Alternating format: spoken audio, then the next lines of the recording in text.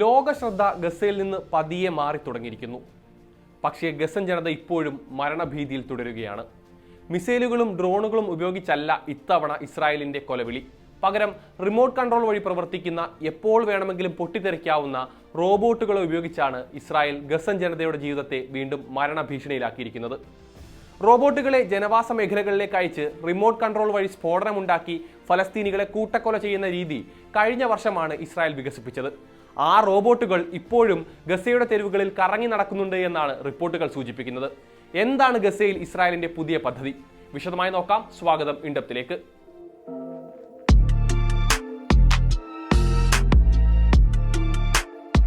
Jabalia, Sheikh Radwan, Abu Iskandar തുടങ്ങിയ പ്രദേശങ്ങളിൽ തിരിച്ചെത്തിയ ഫലസ്തീനികളെ മരണത്തിന്റെ നിഴൽ പോലെ ഇസ്രായേലി റോബോട്ടുകൾ പിന്തുടരുകയാണ്. ഇപ്പോഴും തകർന്നടിഞ്ഞ കെട്ടിടങ്ങൾക്കിടയിൽ ഇപ്പോഴും സ്ഫോടക വസ്തുക്കളുണ്ടെന്ന് ചില റിപ്പോർട്ടുകൾ പുറത്തു വന്നിരുന്നു. ഇതിനു പിന്നാലെയാണ് ഇസ്രായേലി റോബോട്ട് പൊട്ടിത്തെറിക്കുന്ന വാർത്തകൾ പുറത്തു വരുന്നത്. ഈ റോബോട്ടുകൾ എവിടെയാണ് മറഞ്ഞിരിക്കുന്നതെന്നോ ഇത് കണ്ടെത്തിയാൽ എന്ത് ചെയ്യണമെന്നോ ആളുകൾക്ക് ഇപ്പോഴും അറിയില്ല. സൈനികർ കൊല്ലപ്പെടുന്നതും മറ്റ് നാശനഷ്ടങ്ങളും കുറയ്ക്കാൻ വേണ്ടിയാണ് ഇസ്രായേൽ റോബോട്ടുകളെ ഉപയോഗിച്ച് തുടങ്ങിയത്. സ്ഫോടക വസ്തുക്കൾ നിറച്ച ഉപയോഗശൂന്യമായ പഴയ ആംഡ് വെഹിക്കിൾസ് ആണ് അവ. സെപ്റ്റംബർ മുതൽ ദിവസേന 300 വീടുകൾ ഈ രീതിയിൽ ഇസ്രായേൽ തകർത്തതായിട്ടാണ് റിപ്പോർട്ടുകൾ പുറത്തു വന്നിരുന്നത്. 2024 മെയ് മാസത്തിൽ ജബാലിയയിലാണ് ഈ ഓപ്പറേഷൻ ആദ്യമായി ആരംഭിക്കുന്നത്.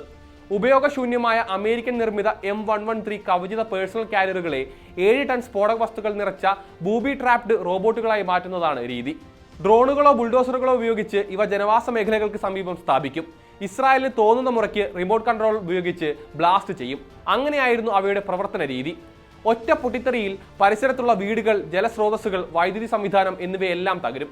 സെപ്റ്റംബറിൽ ഇത്തരത്തിലുണ്ടായ സ്ഫോടനത്തിൽ 5000-ലധികം പേരാണ് ഭവനരഹിതരായത്. ഓരോ റോബോട്ടിനും ഒരേ സമയം 20 യൂണിറ്റുകൾ വരെ നശിപ്പിക്കാൻ ശേഷിയുമുണ്ട്. ഇസ്രായേൽ സൈന്യം പ്രധാനമായും 2 തരം റോബോട്ടുകളെയാണ് ഉപയോഗിച്ചിരുന്നത്. ആദ്യത്തേത് മോഡിഫൈഡ് ട്രാക്ഡ് വാഹനങ്ങളാണ്.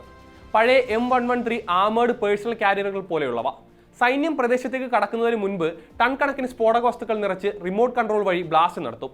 രണ്ടാമത്തേത് ചെറിയ ഗ്രൗണ്ട് റോബോട്ടുകളാണ്. സ്ഫോടക ഉപകരണങ്ങൾ ക്ലിയർ ചെയ്യാനായി ടണൽ എൻട്രൻസുകളിലേക്കോ ജനസാന്ദ്രമായ പ്രദേശങ്ങളിലേക്കോ ആണ് ഇത് അയക്കുക. ഹമാസുമായി നേരിട്ട് ഏറ്റുമുട്ടുന്നത് ഒഴിവാക്കുക, ഇസ്രായേൽ സൈനികർക്ക് സുരക്ഷിത പാതയൊരുക്കുക എന്നിവയാണ് ഇസ്രായേൽ ഇതിലൂടെ ലക്ഷ്യമിട്ടിരുന്നത്. റോക്കറ്റിന്റെയോ വ്യോമാക്രമണത്തിന്റെയോ സൈറൻ റോബോട്ട് ആക്രമണത്തിൽ ഉണ്ടാകാറില്ല. സൈക്കോളജിക്കൽ ടെററിസമാണിതെന്നാണ് നിരീക്ഷകർ പറയുന്നത്. ISIS ഇറാഖിലും സിറിയയിലും ഉപയോഗിച്ചിരുന്ന സൂയിസൈഡ് ബോംബിങ്ങിന്റെ കൂടുതൽ തീവ്രവും ക്രൂരവുമായ ഒരു രൂപമാണിത്. അന്ന് വ്യാപകമായി അപലപിക്കപ്പെട്ടിരുന്നെങ്കിലും ഇസ്രായേൽ ഇത് ഗസയിൽ വ്യാപകമായി ഉപയോഗിക്കുകയായിരുന്നു. അങ്ങനെയുള്ള റോബോട്ടുകളാണ് ഇപ്പോഴും ഗസയിൽ കറങ്ങി നടക്കുന്നത്. എപ്പോൾ വേണമെങ്കിലും പൊട്ടിത്തെറിക്കാം. എന്തു ചെയ്യണമെന്ന് പോലും അറിയാതെയാണ് നിലവിൽ അഭയാർത്ഥി ക്യാമ്പുകളിൽ നിന്ന് തിരിച്ചെത്തുന്ന ഗസൻ ജനത. ഇവയുള്ള പരിസരത്തേക്ക് പോകരുതെന്ന് മറ്റുള്ളവർക്ക് മുന്നറിയിപ്പ് നൽകുകയല്ലാതെ മറ്റു വഴികളൊന്നും അവർക്ക് മുന്നിലില്ല.